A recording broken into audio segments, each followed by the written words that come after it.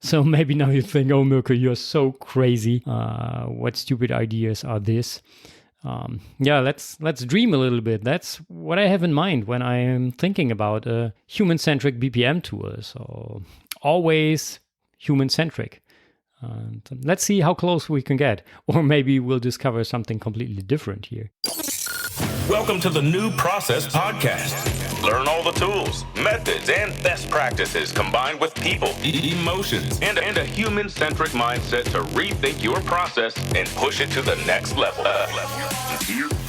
And here is your host, Mirko Kloppenberg. Welcome to episode 7 of the New Process Podcast. Today, we're going to define the requirements to find a human-centric BPM tool. A human-centric BPM tool? Why? That's maybe your question now.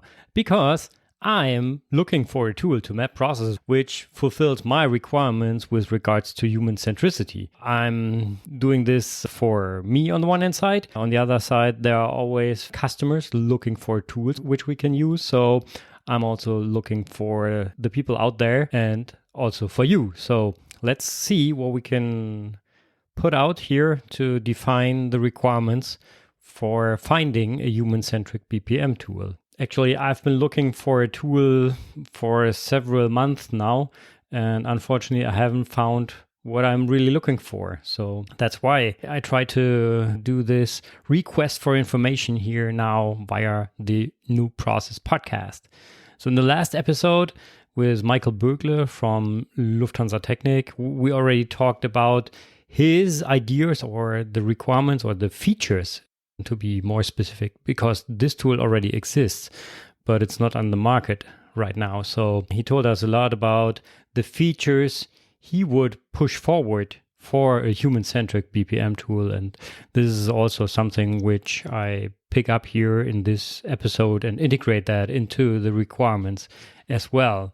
When I think about a BPM tool which is human-centered, for sure, it should be easy to use.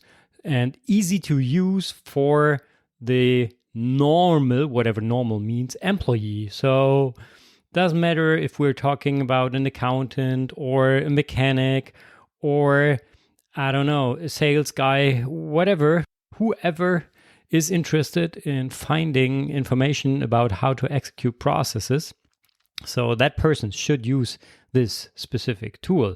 And therefore, I don't want to have a complicated interface with long trainings I have to attend before I can use it. So that's why the BPM tool with this human centricity should be easy to use. And then the processes should be easy to understand. So I don't want to see a very complex notation there. Should be readable and understandable for everyone out there. So just look into the tool and read, understand how to do something. And then finally, it should be easy to retrieve information which is relevant for my specific task right now. So these are the three main requirements, I would say: easy to use, easy to understand, and easy to retrieve processes. And also, it should inspire people for processes. So these are just my initial thoughts on that, and we are going to deep dive into the requirements within this episode. So, dear BPM vendors out there, listen carefully. A request for information is coming at the end of the episode. I'm planning to do some interview sessions to give you the possibility to present your software and to do this evaluation via podcast. So let's see how this will really work out, and I'll tell you more about that at the end of the episode. And now let's have a closer look onto the requirements for a human-centric BPM tool. And now, let's start to rethink processes. So to start with thinking about how a human-centric BPM tool could look like, I would recommend to start with the purpose of what we are doing here. So always start with determining the purpose of your BPM system, let's say it like that, because this in the end then defines the method and tools you are going to use. So when we think about the why we're doing this, then we can easily determine also the tool we should use to bring this specific purpose into life. So with regards to the BPM purpose, there are different levels, I would say, on a scale from starting with, my only purpose is to depict higher level directives, for example, just having a process map to assign here and there some higher level directives. Then it could be really simple having a tool where I can just map processes on the level of a process map without all the details of having roles, activities, and so on. So that would be the minimum, or then we can go deeper and want to integrate more requirements into the processes. So we need a higher level of detail with roles and activities and so on. Also, if we would like to assign responsibilities, then we definitely need roles in the tool. So there should be a possibility to, map processes, including roles, maybe also features to assign these roles to people, to employees, to users of the tool. And if we go deeper with the purpose and we want to use the tool to train employees, then we need more details. So there has to be more detailed notation explaining exactly what and how to do. Or if we want to also improve cooperation, then maybe we need some more features in the tool, like commenting or providing feedback and so on. So these are just ideas.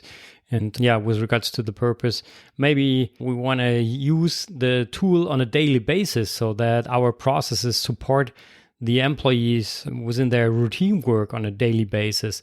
Then for sure, we need a specific level of detail. We need to be able to access the information quickly and easily and so on.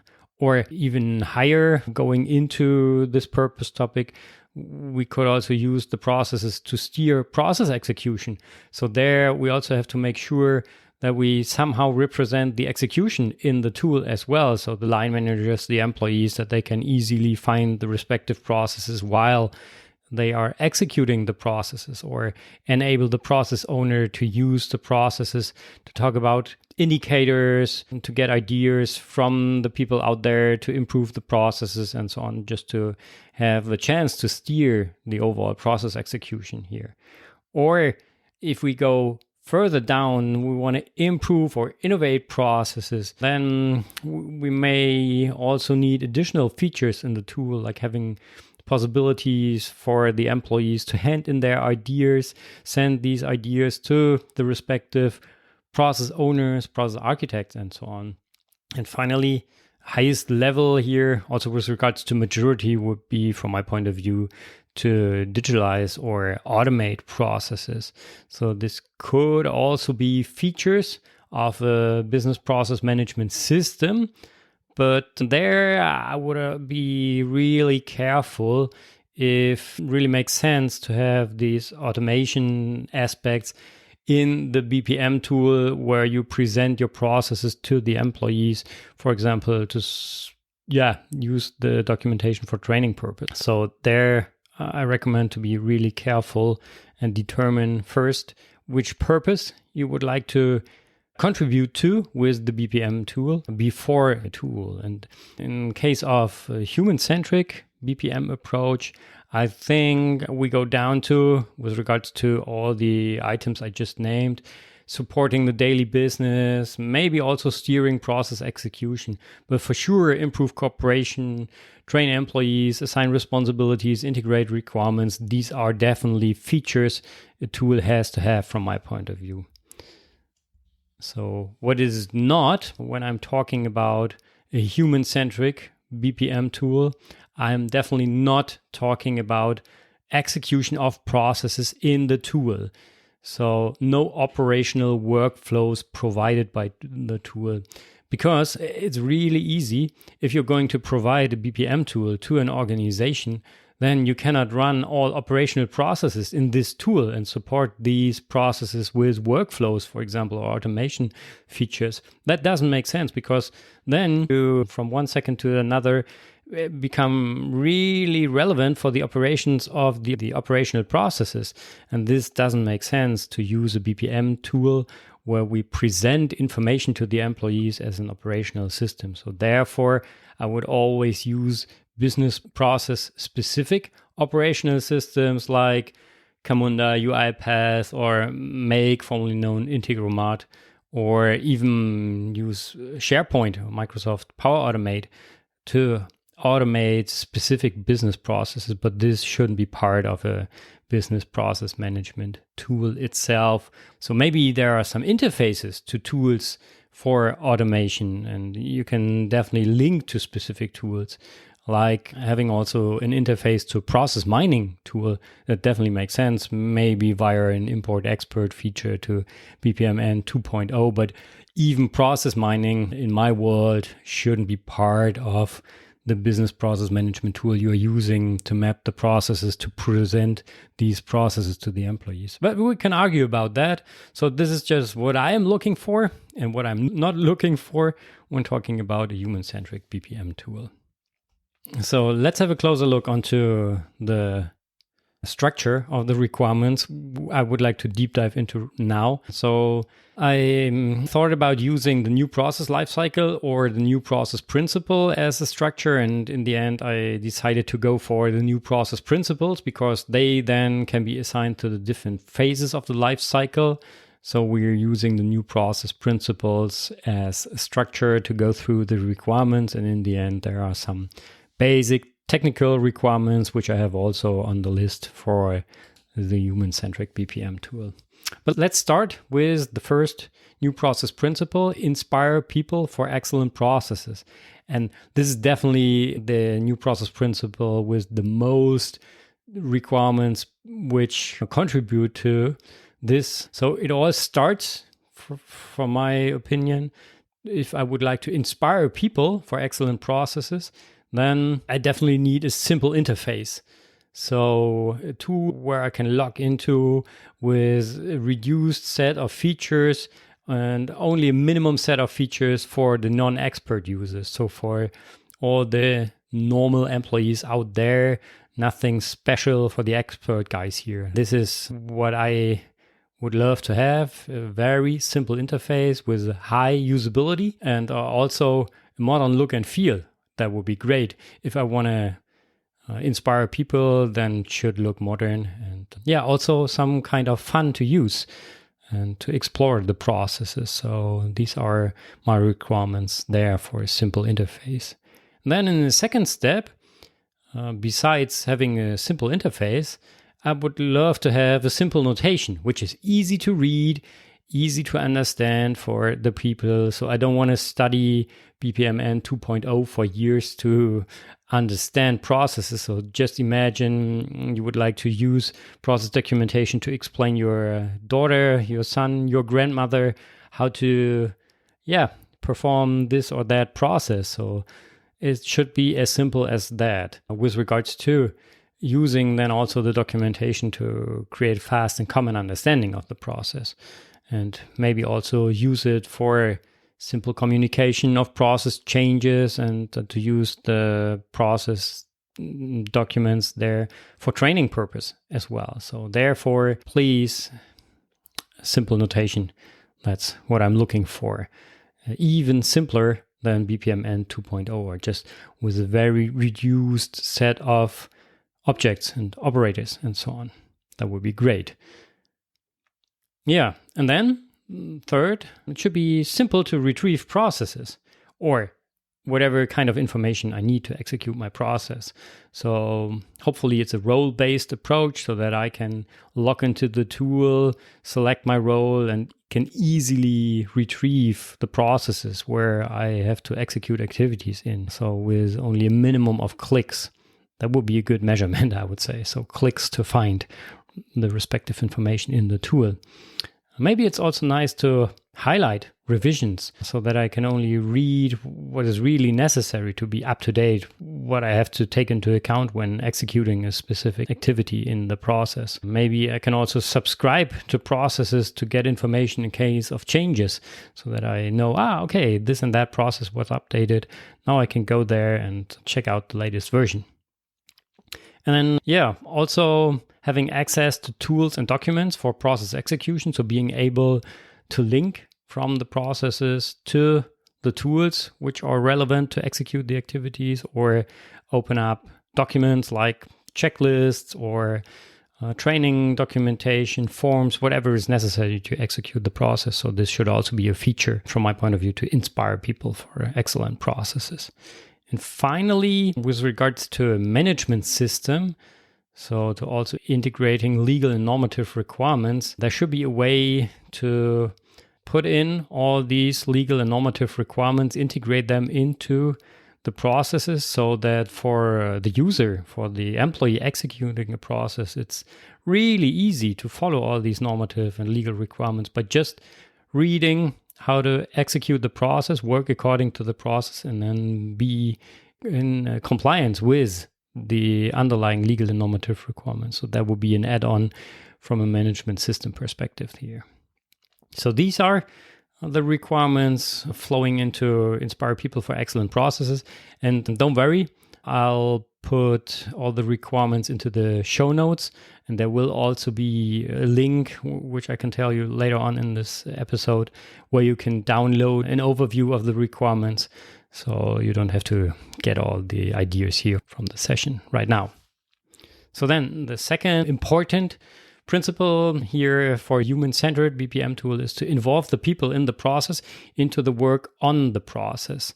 So therefore, I'm thinking about making people visible, which are responsible or even accountable for the process design, for process execution. There should be a way to nominate the process owner, to make the process architect visible, but also features to make the line managers, which are leading the employees executing the process, visible, or even the employees. Maybe there's a feature to find out who is the one executing this process at this and that location, and maybe I can contact that person here via the system as well, or at least open up an email or whatever way I would like to use to contact that person.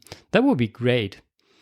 Or offer possibilities to give input for process improvements, to be able to comment on processes, to send in feedbacks like the feature Michael told us in the last episode.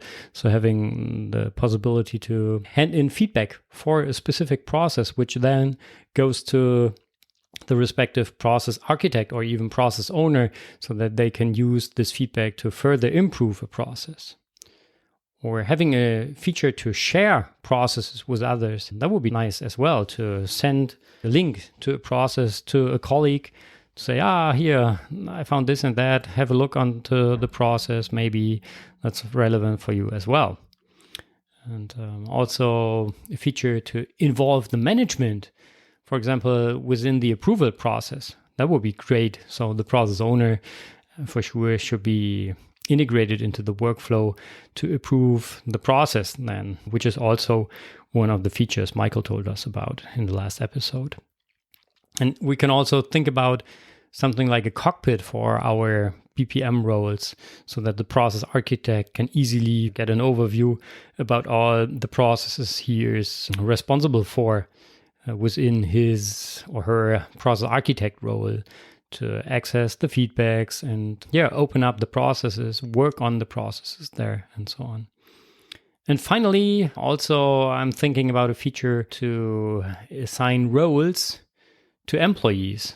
So a feature for the line managers. When I'm leading an organizational unit and I have a number of employees working in different processes, then I can use the tool to assign a role from a process to my employees, to tell this employee, you are executing this role in that process. And so in addition to mapping the processes, there should also be a feature to map the organizational structure to be able to assign the roles to org units and then to employees as well. That would be really great. Yeah. And then talking about the other principles, I think they are not so tool related as the first two I was talking about. So maybe with regards to encourage diversity and inclusion through processes, maybe there is a feature to present local specifics in processes. So to have different, not versions, but different optional paths in an activity, which are then relevant for a specific location only, something like that. A feature covering this requirement would be also cool. Or with regards to foster the development of the people in the process, at least there should be an inspiring tool training available. Maybe web-based training, or video, webinar, however this is implemented, will be great to see the different options out there. Then disrupt established processes. So maybe there are features supporting also process innovation, however this looks like. So there you can be really innovative, but I don't have specific requirements for that right now. Same with design, cooperation in and on the process to meet people's needs. There, maybe a feature would be nice to run a report to find out who cooperates with whom in the processes, not only the roles, but also the people there, to see where are they located. Maybe this is also an interesting feature for the ones working on process improvements. And then finally, give meaning to processes, so that the minimum for me would be to have a way to present the purpose of a process in an inspiring way to the people working in and on the process. So maybe there is an info box where I can upload a video, something like that, to a process. Yeah. So these are the requirements according to the new process principles. And in addition, I have some basic technical requirements, like the application should be web-based, for sure. In best case, as software as a service, also with single sign-on via Microsoft 365 would be great, or other access management tools there. And also feature for import and export of BPM 2.0 models for the experts as an interface to process mining and so on. That would be also great to be able to talk to the outside world via an interface. Yeah. And that's it. So maybe now you think, oh, Mirko, you're so crazy. What stupid ideas are this? Let's dream a little bit. That's what I have in mind when I'm thinking about a human-centric BPM tool. So always human-centric. Let's see how close we can get. Or maybe we'll discover something completely different here. Yeah, feel free to hand in your own ideas. Just send me an email to mirko@newprocesslab.com if you have additional requirements or ideas for tools which can be used. And the request for information for the BPM software vendors, this is what we'll have a closer look onto at the end of the session. Let's recap today's new process inspiration. Yeah, so now you heard about my crazy ideas for a human-centric BPM tool. So make it as simple as possible for the employees. Have a simple interface, a simple, very easy to understand notation, simple ways to retrieve the respective information which I need to execute the process and so on. So there I'm really looking forward for all the different solutions. Yeah. And I'm so curious what will be the outcome of this request for information. So if you are a BPM software vendor and would like to post your tool to the evaluation and hand in information, then please go to newprocesslab.com/RFI. So request for information, RFI, to again get an overview of the requirements and find out how to hand in the information and to schedule a podcast interview to evaluate the software solution you are offering. So with regards to deadline, I would like to have the first interviews in September 2022, we're talking about. So Would be great if you fill out the RFI as soon as possible. But if you listen to the episode later, I'll leave the RFI and the form to hand in information open so that we can add more tools later on. So there is no real deadline, but the earlier you put in the information, the earlier you can be on the podcast. Yeah. And now let's have an outlook here. After this really nerdy BPM tool topic, there will be a more holistic topic coming up. So we're going to talk to Professor Dr. Daniel Beimborn from University of Bamberg about how to get to the cutting edge of BPM. So how to stay at the very front of the development, to use all the insights to push your own process ahead, to push your own BPM system within an organization ahead, and to stay at the cutting edge of BPM. Yeah, this will be a very interesting session, I guess, coming out in 2 weeks. So thank you very much for listening. I hope you enjoyed this episode and got some new inspirations on how a BPM tool can support the more human-centric BPM approach. And thank you, and auf Wiedersehen. You've been listening to the New Process Podcast.